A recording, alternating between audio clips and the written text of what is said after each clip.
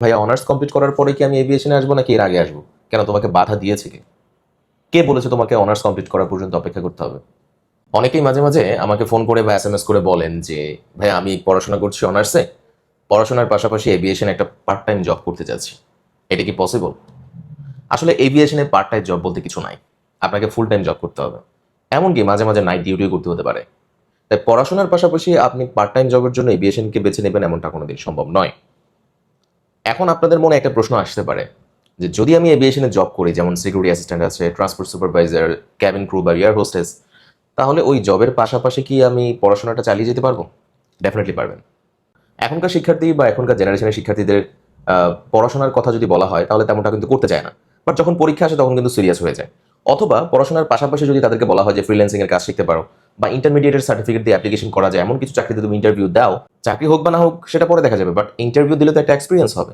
So যখন ইন্টারভিউর কথা বলে বা কোনো একটা ছোটখাটো চাকরিতে অ্যাপ্লিকেশন করার কথা বলে তখনই তাদের পড়াশোনার প্রতি খুব সিরিয়াসনেস চলে আসে, তাই না? সো এখন ব্যাপারটা হচ্ছে, আপনি একটা জিনিস খেয়াল করেছেন, বাংলাদেশে 25 লক্ষ বা 26 লক্ষ যে বেকার আছে, সে বেকারদের মধ্যে সব থেকে বেশি সংখ্যক বেকার হচ্ছে বেশি বয়স্ক বেকার।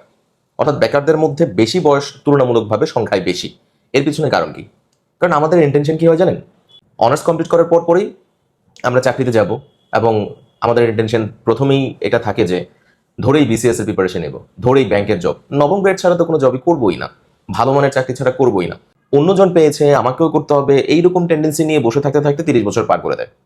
আপনি দেশের বাইরে শিক্ষার্থীদের দিকে তাকান, সেখানে কিন্তু আপনি দেখবেন ইন্টারমিডিয়েট কমপ্লিট করার পরেই কিন্তু তারা ছোটখাটো চাকরিগুলোতে ঢুকে যায় এক্সপিরিয়েন্স গ্যাদার করার জন্য। কিন্তু আমাদের দেশে এটা হয় উল্টা।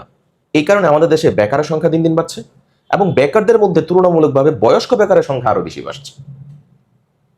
তাই আমি আপনাদেরকে একটা রিকোয়েস্ট করবো, আপনারা যারা ইন্টারমিডিয়েট কমপ্লিট করেছেন, আপনাদেরকে আমি শুধুমাত্র এটা রিকোয়েস্ট করছি যে আপনারা এভিয়েশনেই চাকরি করেন বা কেবিন ক্রুতেই চাকরি করেন এমনটা কিন্তু নয়।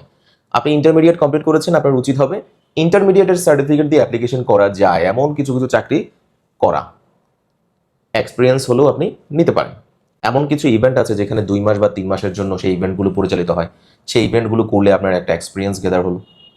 আপনি ইন্টারমিডিয়েট কমপ্লিট করে স্কিল গেদার করার জন্য এক্সট্রা কিছু শিখতে পারেন। বাংলাদেশে ইন্টারমিডিয়েট কমপ্লিট করে সিকিউরিটি অ্যাসিস্ট্যান্ট পদ আছে এভিয়েশনে, ট্রান্সপোর্ট সুপারভাইজার আছে, ক্যাবিন ক্রু বা এয়ার হোস্টেস আছে। নট অনলি বাংলাদেশ, এসব চাকরি কিন্তু ইন্টারন্যাশনাল এয়ারলাইন্সগুলো বাংলাদেশ থেকে হয়। তো why not aviation? Opportunity never knocks twice. গত কয়েকদিন আগেও দু একজন স্টুডেন্ট আমাকে বলছে যে ভাইয়া সামনে তো পরীক্ষা, এখন এভিয়েশনের প্রিপারেশনটা কি পরীক্ষার পরে নিব না আগে নিব? মানে এটা কি এমন যে বিসিএস এর প্রিপারেশনের মতো 16 ঘন্টা 20 ঘন্টা পড়াশোনা করতে হবে? এমন তো নয়। দৈনিক 1 ঘন্টা 2 ঘন্টা টাইম দিলেই হয়ে যায়। আমরা যেটা ক্লাসে পড়াবো, আমাদের টিচাররা যারা ক্লাসে যেটা পড়াবেন সেটা যদি মনোযোগ দিয়ে আপনি 1 ঘন্টা করে পড়েন, এনাফ। আমি সেই স্টুডেন্টকে জিজ্ঞেস করলাম, আচ্ছা দৈনিক কয় ঘন্টা তুমি ফেসবুক চালাও, ইনস্টাগ্রাম কয় ঘন্টা ইউজ করো? এখানকার এখন এই মুহূর্তে যারা আমার ভিডিওটি দেখছেন তাদের মধ্যে অনেকেই আছেন, যারাই দেখছেন বেশিরভাগ ক্ষেত্রেই 7 থেকে 8 ঘন্টা সোশ্যাল মিডিয়াতে স্পেন্ড করেন, কিন্তু একটা স্কিল শেখার জন্য 1 ঘন্টা টাইম দেন না, বা ইন্টারমিডিয়েটের সার্টিফিকেট দিয়ে একটা ভালো জবের প্রিপারেশন নেব সেই জন্য 1 ঘন্টা টাইম হয় না। 6 থেকে 7 ঘন্টা ফেসবুক বা সোশ্যাল মিডিয়াতে স্পেন্ড করার মতো টাইম থাকে। কেন? আর ঠিক এই কারণে আপনি অন্যদের তুলনায় পিছিয়ে যাচ্ছেন। আপনার টনক কখন নড়ে জানেন? যখন দেখেন যে বাবা মা বৃদ্ধ হয়ে গিয়েছে, সংসারে হাল ধরতে হবে, অথবা প্রেমিক বা প্রেমিকার অন্য কোথাও বিয়ে হয়ে যাচ্ছে, বা আপনার বন্ধু বান্ধব সবাই সফল হয়ে যাচ্ছে বাট আপনি এখনো বসে আছেন। আবার আরেকটা প্রশ্ন আমি সচরাচর পেয়ে থাকি, ভাইয়া অনার্স কমপ্লিট করার পরে কি আমি এভিয়েশনে আসবো নাকি এর আগে আসবো? কেন, তোমাকে বাধা দিয়েছে কে? কে বলেছে তোমাকে অনার্স কমপ্লিট করা পর্যন্ত অপেক্ষা করতে হবে? অনার্সের সার্টিফিকেটটা তোমার এতই জরুরি? তো জরুরি এর মানে এই নয় যে তোমাকে ওটা স্টপ করতে হবে। হ্যাঁ, ওইটাও কন্টিনিউ করো, এখানেও ট্রাই করো। কিন্তু যখন তাকে বলা হয় যে ইন্টারমিডিয়েট কমপ্লিট করে তুমি এই চাকরিতে আসতে পারবে, তখন তার অনার্সের সার্টিফিকেটটা খুব জরুরি হয়ে যায়। কিন্তু দৈনিক 7 থেকে 8 ঘন্টা বন্ধুদের সাথে আড্ডা, মোবাইল ব্যবহার করা, এগুলা সচরাচর চলতে থাকে। ওই সময় পড়াশোনা কোনো ক্ষতি হয় না।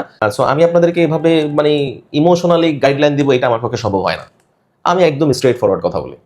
আপনার ইন্টারমিডিয়েট সার্টিফিকেট আছে তো, আপনি একটা স্কিল শিখুন, ফ্রিল্যান্সিং শিখতে পারেন, গ্রাফিক্সের কাজ শিখতে পারেন, ভিডিও এডিটিংয়ের কাজ শিখতে পারেন, আপনি কম্পিউটার শিখে রাখতে পারেন, আপনি ইন্টারমিডিয়েটের সার্টিফিকেট দিয়ে সরকারি অনেকগুলো সেক্টর আছে যেখানে অ্যাপ্লিকেশন করা যায়, অ্যাপ্লিকেশন করুন, পরীক্ষা দিন, চাকরি হবে না হবে সেটা পরে দেখা যাবে। চাকরি হওয়ার পর আপনি করবেন কি করবেন না সেটা পরে ডিসিশন নিয়ে। তারপর ইন্টারমিডিয়েটের সার্টিফিকেট দিয়ে আপনি ক্যাবিন ক্রুতে অ্যাপ্লিকেশন করতে পারছেন, হ্যান্ডসাম একটা স্যালারি পাচ্ছেন, ক্যারিয়ার এস্টাবলিশ করতে পারছেন। সো কেন ট্রাই করছেন না? কেন বসে আছেন?